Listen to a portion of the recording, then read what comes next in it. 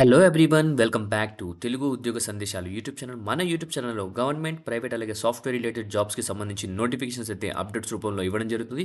ఈరోజు మీ ముందుకు ఒక వండర్‌ఫుల్ బ్యాంకింగ్ ఆపర్చునిటీతో రావడం జరిగింది. ఎవరైతే బ్యాంకింగ్ సెక్టార్‌లో కెరియర్ స్టార్ట్ చేద్దామని వెయిట్ చేస్తున్నారో వాళ్ళకైతే ఇది ఒక బంపర్ నోటిఫికేషన్ అని చెప్పుకోవచ్చు. మనకొచ్చేసి డిగ్రీ చేసిన ప్రతి ఒక్క అభ్యర్థి అప్లై చేసుకునే జాబ్స్ ఇవి. మనకు ఐడీబీఐ బ్యాంక్ నుంచి అయితే మనకు ఒక వండర్‌ఫుల్ నోటిఫికేషన్ అనమాట. 676 వేకెన్సీస్‌తో ఈ నోటిఫికేషన్ రావడం జరిగింది.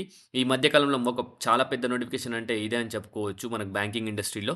వచ్చేసి మనకు ఈ వీడియోలో క్లియర్ కట్ కంప్లీట్ డీటెయిల్స్ అయితే నేను నోటిఫికేషన్ సంబంధించి ఎక్స్‌ప్లెయిన్ చేస్తాను. Details step by step process. మనం వీడియోని ఎండ్ వరకు చూడడానికి ట్రై చేయండి. చిన్న రిక్వెస్ట్ వీడియో నచ్చితే వీడియోని లైక్ చేయండి. అలాగే షేర్ చేయండి. చిన్న రిక్వెస్ట్ ఏంటంటే మన ఛానల్ ఫస్ట్ టైమ్ వచ్చిన వ్యూస్ ఉంటే గనుక ఛానల్ సబ్స్క్రైబ్ చేసుకోండి. పక్కనే ఉన్న బెల్ ఐకాన్ ప్రెస్ చేసి ఆల్ అని క్లిక్ చేయండి. సో దట్ నెక్స్ట్ టైమ్ మనం ఏ వీడియోస్ చేసినా మీకు అప్డేట్స్ రూపంలో రావడం జరుగుతుంది. So let us get into the official notification students. So చూసుకున్నట్టయితే మనము వచ్చేసి నేను ఐడీబీఐ బ్యాంక్ సంబంధించిన అఫీషియల్ నోటిఫికేషన్ సంబంధించిన వెబ్‌సైట్‌లో అయితే ఉన్నాను. ఐడీబీఐ బ్యాంక్ డాట్ ఇన్ అనే వెబ్‌సైట్ మీరు టైప్ చేయండి.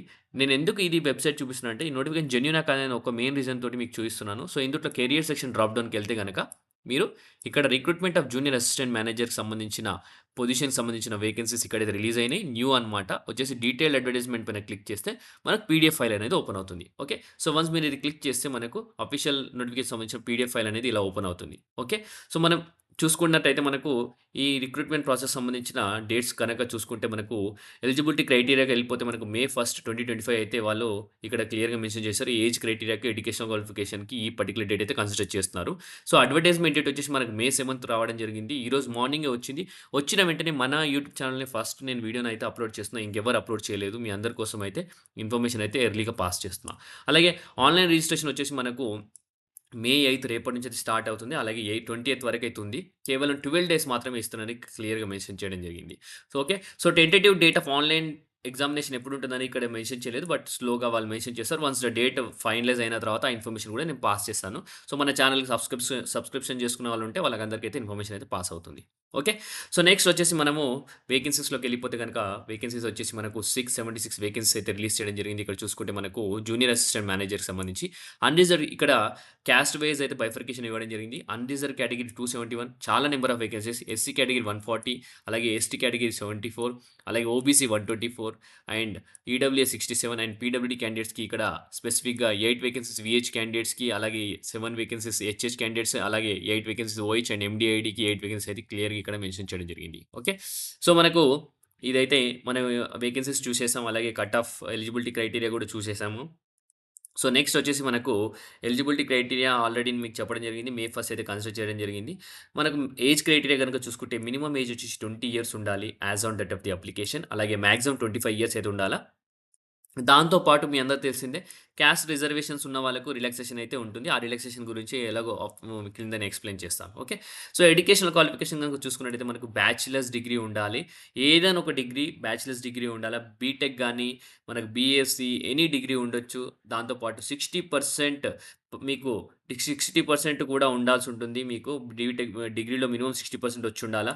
లేకపోతే మీరు ఎలిజిబుల్ కాదు. అది జనరల్ క్యాండిడేట్స్ అన్నమాట. అలాగా ఈడబ్ల్యూఎస్ క్యాండిడేట్స్ అండ్ ఓబీసీ క్యాండిడేట్స్‌కి 60% అయితే మీకు బీటెక్‌లో గాని, డిగ్రీలో ఉండాలా. అలాగే 55% వచ్చేసి ఎస్సీ, ఎస్టీ అలాగే పీడబ్ల్యూడీ క్యాండిడేట్స్‌కి అయితే ఉండాలి. ఇక్కడ క్లియర్‌గా మెన్షన్ చేశారు. సో, అది మీరు దృష్టిలో పెట్టుకోండి అప్లికేషన్ అప్లై చేసేటప్పుడు. ఇంకొకటేంటంటే passing only a diploma course will not be considered as a qualifying for the eligibility criteria అని కూడా మెన్షన్ చేయడం జరిగింది. ఓకే. సో, ఇంకొకటేందంటే అడ్వాంటేజ్ ఏందంటే ఇక్కడ కంప్యూటర్ లిటరసీ అని కూడా క్లియర్‌గా మెన్షన్ చేశారు. ఎవరికైతే కంప్యూటర్ నాలెడ్జ్ ఉందో, వాళ్ళకి ప్రొఫిషియన్సీ ఉందో వాళ్ళు ఆహ్, కొంచెం ఏంటంటే వాళ్ళకి ప్రిఫరెన్స్ అయితే ఇస్తారు. So, candidates are expected to have the proficiency in computers అని కూడా క్లియర్‌గా మెన్షన్ చేయడం జరిగింది. ఓకే. సో, దాంతో పాటు మన ఎన్‌రోల్‌మెంట్స్ చూసుకుందాం. ప్యాకేజ్ గనుక చూసుకున్నట్టయితే మనకు on joining the bank service as grade O compensation as cost to company CTC ఇక్కడ చూసుకుంటే కాస్ట్ టు కంపెనీ వచ్చేసి 6.414 లాక్ నుంచి 6.5 లాక్స్ వరకైతే ఉంటుంది. క్లాస్ ఏ సిటీ అనమాట. ఇక్కడ మెన్షన్ చేశారు class A city at the time of joining అనమాట. సో, మంచి ప్యాకేజ్ అని చెప్పుకోవచ్చు ఇది. 6.14 లాక్స్ టు 6.5 లాక్స్ ఫ్రెషర్‌కి అంటే మామూలు విషయం కాదు. కేవలం డిగ్రీ కంప్లీట్ చేసుకొని మీరు 6,5 లక్షల వరకు సాలరీ పొందొచ్చు. ఇదొక వండర్‌ఫుల్ ఆపర్చునిటీ చెప్పుకోవచ్చు. అలాగే మీ ఇంక్రిమెంట్ కూడా ఉంటుంది మీకు యాన్యువల్లీ. అది కూడా మీ పర్ఫార్మెన్స్ బేసిస్ పైన అయితే ఉంటుంది. ఇదివరకు ఇది ఐడీబీఐ బ్యాంక్ వచ్చేసి గవర్నమెంట్ బ్యాంక్. బట్ ఇప్పుడైతే ప్రైవేటైజ్ అయితే అయింది కాబట్టి సో, పర్ఫార్మెన్స్ ప్లాన్ కూడా ఉండడం జరిగింది. ఇంక్లూడ్ చేయడం జరిగింది. సో, దాంతో పాటు మిమ్మల్ని నేషనల్ పెన్షన్ స్కీమ్‌లో కూడా మిమ్మల్ని ఇన్వాల్వ్ జేయడం జరుగుతుంది. సో, బ్యాంక్ వచ్చేసి ఐడీబీఐ బ్యాంక్ న్యూ పెన్షన్ స్కీమ్‌లో part of new pension scheme అనమాట. సో, వచ్చేసి కెరియర్ ప్రాస్పెక్ట్స్ గనుక చూసుకుంటే వాళ్ళొచ్చేసి మీకు ఆల్ ఓవర్ ఇండియా ఎక్కడన్నా మీకైతే పోస్టింగ్ అయితే ఉంటుందని క్లియర్‌గా మెన్షన్ చేయడం జరిగింది. అలాగే completion of 3 years of service వచ్చేసి ఆ తర్వాత నెక్స్ట్ క్యాడర్‌కి అయితే ప్రమోషన్ ఉంటుందని ఇక్కడ క్లియర్‌గా మెన్షన్ చేశారు. మీరు జాయిన్ అయిన 3 ఇయర్స్ తర్వాత ప్రమోషన్ ఉంటుంది. అప్పుడు మీ పెర్ఫార్మెన్స్ బేసిస్ పైన ప్రమోషన్ అనేది ఉండడం జరుగుతుంది. So, initial appointment for the junior assistant manager grade will be అంది ప్రొబేషన్ పీరియడ్ ఆఫ్ 1 ఇయర్ అన్నమాట. మీకు ప్రొబేషన్ 1 ఇయర్ ఉంటుంది. డేట్ ఆఫ్ జాయినింగ్ నుంచి. మీ పెర్ఫార్మెన్స్ బావుంటే 1 ఇయర్ లోపే పర్మనెంట్ అవ్వడం జరుగుతుంది. ఒకవేళ మీ పెర్ఫార్మెన్స్ బాలేకపోతే మీదొచ్చేసి which can be extended at the discretion of the bank అన్నమాట. ఓకే. సో, అదొకటన్నమాట.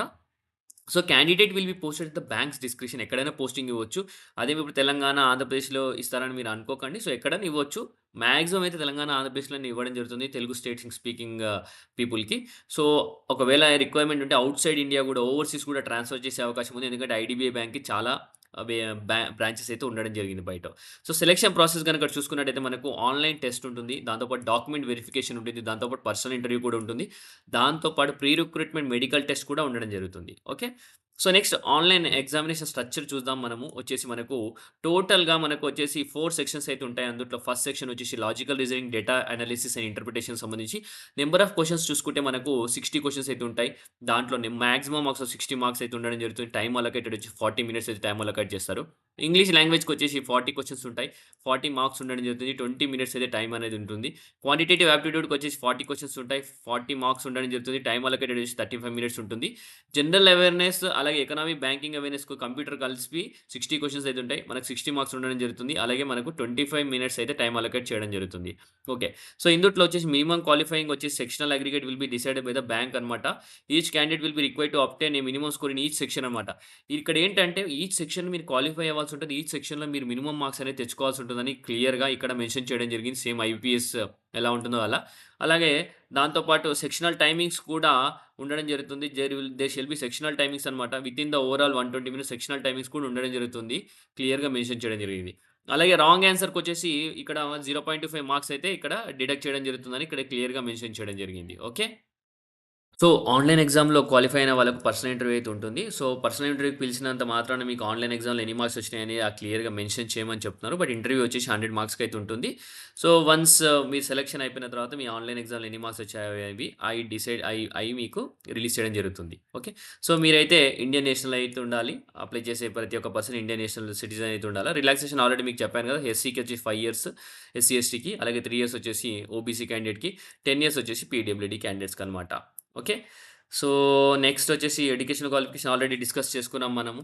దాని తర్వాత ఆల్రెడీ ఇంకేమైనా ఉందంటే ఇక్కడ చూస్తే గనక మీకొచ్చేసి అప్లికేషన్ ఫీజ్ ఒకటి నేను చెప్పడం మర్చిపోయినా. అప్లికేషన్ ఫీజ్ గనక చూసుకున్నట్టయితే మనకొచ్చేసి 1 మినిట్ నేను స్క్రోల్ చేస్తున్నాను. అప్లికేషన్ ఫీజ్ వచ్చేసి సో, ఆన్‌లైన్ అప్లికేషన్ సంబంధించిన పేమెంట్ చూసుకుంటే మనకు ఎస్సీ, ఎస్టీ, పీడబ్ల్యూడీ క్యాండిడేట్స్‌కొచ్చేసి రూ. 250 అనమాట. అలాగే రూ. 1000 50 వచ్చేసి మనకు 1050 వచ్చేసి మిగతా క్యాండిడేట్స్‌కనమాట. ఓకే. సో, ఇదనమాట. సో, దీనికి సంబంధించిన అప్లికేషన్ ప్రాసెస్ కూడా ఇలానే ఇక్కడే ఉంది. సో, ఇంపార్టెంట్ ఇన్‌స్ట్రక్షన్స్ వచ్చేసి డాక్యుమెంట్స్ వచ్చేసి at the time of interview కావాలా. సో, దాని గురించి మనం సెపరేట్‌గా డిస్కస్ చేసుకుందాం. ఐ థింక్ ఈ వీడియోలో నేను అన్ని డీటెయిల్స్ అయితే కవర్ చేశానని అనుకుంటున్నా. ఏదైనా ప్రతి ఒక్క మైన్యూట్ డీటెయిల్స్ అయితే నేను కవర్ చేశాను. ఎవరైనా ఇంకా ఏమైనా ఇన్ఫర్మేషన్ కావాలి అని అనిపిస్తే గనుక కామెంట్స్‌లో కామెంట్ చేయండి. సో, ఈ వీడియో మీ అందరికి నచ్చిందనుకుంటున్నా. వీడియో నచ్చితే వీడియోని లైక్ చేసి మాక్సిమం షేర్ చేయండి. ఇంకా మన ఛానెల్ సబ్స్క్రైబ్ చేసుకుంటే సబ్స్క్రైబ్ చేసుకోండి. Thank you for watching the video. Have a great day.